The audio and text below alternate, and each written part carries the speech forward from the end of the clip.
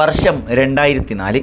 അന്നേ വരെ വലിയ പ്രതാപങ്ങൾ എടുത്തു പറയാനില്ലാത്ത ചെൽസി എന്ന ക്ലബ്ബ് 50ഓളം വർഷങ്ങളായി അവരുടെ കൈകളിൽ ഒരു കിരീടമേന്തപ്പെട്ടത്. ഇംഗ്ലീഷ് പ്രീമിയർ ലീഗിലായാലും യൂറോപ്പിലായാലും താഴ്ന്ന സ്ഥിതിയിലേക്ക് പോയിക്കൊണ്ടിരിക്കുന്ന ഒരു നീലപ്പടയാളികൾ. ഇതേ സമയത്താണ് 2002 മായാജാലം തീർത്ത പോർട്ടോ മാനേജർ ജോസെ മൗറിഞ്ഞോയെ ടീമിലെത്തിക്കുന്നത്. മൗറിഞ്ഞോ ടീമിലെത്തിയതും ക്ലബിന്റെ ഉടമസ്ഥൻ ചോദിച്ചത് ആരെയാണ് നിങ്ങൾക്ക് വേണ്ടതെന്നാണ്. ലോക ഫുട്ബോളിൽ വിറപ്പിച്ചുകൊണ്ടിരിക്കുന്ന പലരെയും അയാൾ പേരെടുത്തു പറഞ്ഞുകൊണ്ടിരുന്നു. പക്ഷേ ജോസെ മൗറിഞ്ഞോ കൊടുത്തത് ഒരൊറ്റ മറുപടിയാണ്: നിങ്ങൾ ഇവരാരെയും കൊണ്ടുവരേണ്ടതില്ല, എനിക്കാവശ്യം അവനെയാണ്. അതെ, നിങ്ങൾ അവനെ സൈൻ ചെയ്തു തരൂ. എന്താണ് യൂറോപ്യൻ ഫുട്ബോളിൻ്റെ ശൈലിയെന്ന് ഞാൻ നിങ്ങൾക്ക് കാണിച്ചു തരാം. വൈകാതെ തന്നെ ചെൽസിയ കളിക്കാരൻ്റെ പേര് പുറത്തുവിട്ടു.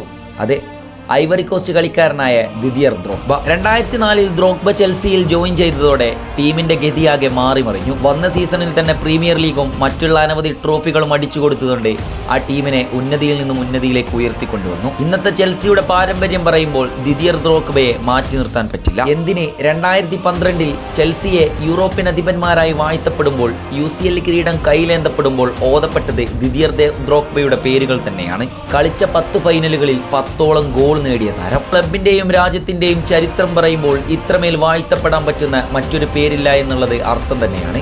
അതെ, ഫുട്ബോളിന്റെ കിങ് ആയിരുന്നു ദിദിയർ ദ്രോഗ്ബ.